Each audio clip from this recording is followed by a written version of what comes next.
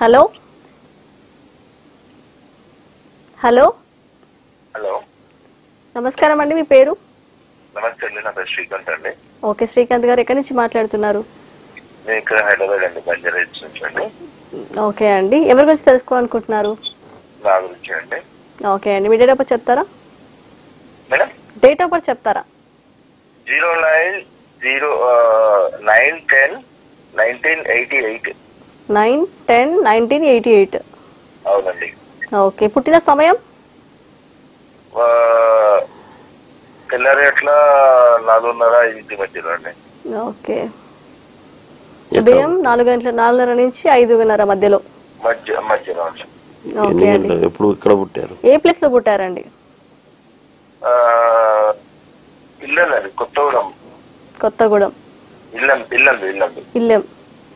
Khammam district Yellandu. Khammam district ఇల్లెం. Okay అండి, మీ సమస్య ఏంటో గురుగారితో చెప్పండి. మేడం మీ సమస్య ఏంటో గురుగారితో చెప్పండి. ఎలా ఉంది, ఎలా రాశి అంటే సిచ్యువేషన్ ఎలా ఉంటుంది పరిస్థితి అని చెప్పి. ఓకే, మంచిదండి. మీ ఉత్తర నక్షత్రం కన్యా రాశి. మీకు తెలుసా మీది నక్షత్రం? అది కన్యా రాశి అనేది నా పెళ్ళప్పుడు చూపించుకున్నాను సార్. ఓకే, కన్యా రాశి, కన్యా లగ్నం. లగ్నం కూడా కన్యా లగ్నమే. లగ్నంలో బుధుడు ఉన్నాడు, చంద్రుడు ఉన్నాడు, రవి ఉన్నాడు. మీరు మానసికంగా ఎంత దృఢంగా ఉంటారో ఉన్నట్టుండి మానసికంగా అంతే బలహీనం కూడా అవుతారు.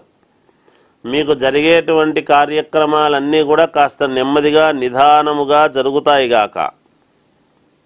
అంతేకాకుండా రవి సూర్యుడు కూడా లగ్నములో ఉన్నాడు కాబట్టి కోపము కూడా ఉంటుంది, తీక్షణత ఎక్కువ. మీకు దృష్టి బాగా చూడంగానే వెంటనే ఒక దాని మీద అని దృష్టి పడుతుంది మీది వెంటనే. కాస్త సౌమ్యముగాను ఉండాలి అనేటువంటి ఇదే ఉంటుంది. కానీ ఒక్కోసారి అనుకోకుండా మీకు కొంచెం సందర్భాన్ని బట్టి ఆవేశం రావడం జరుగుతుంది.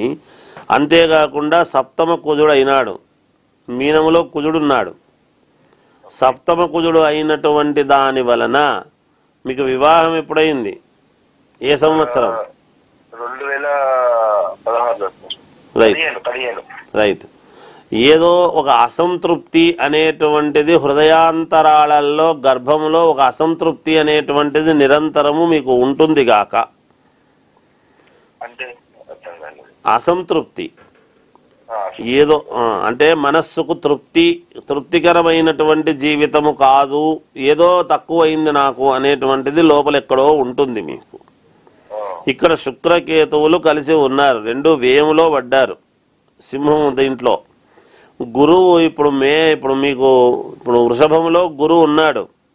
ఇప్పుడు మే 1వ తారీఖు గురువు ఇక్కడికి వస్తాడు. మీకు ఎక్కడైతే జాతకములో ఉన్నాడో అక్కడికే వస్తాడు గురువు. వచ్చిన తర్వాత బాగుంటుంది. కానీ ఏదేమైనా ఒక్కసారి మీరు ఒక నవగ్రహ హవనం లాంటిది చేసుకోవాలి.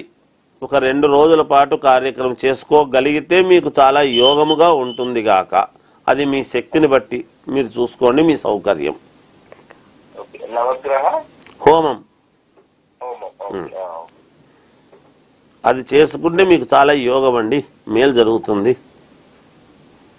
రైట్. ఓకే.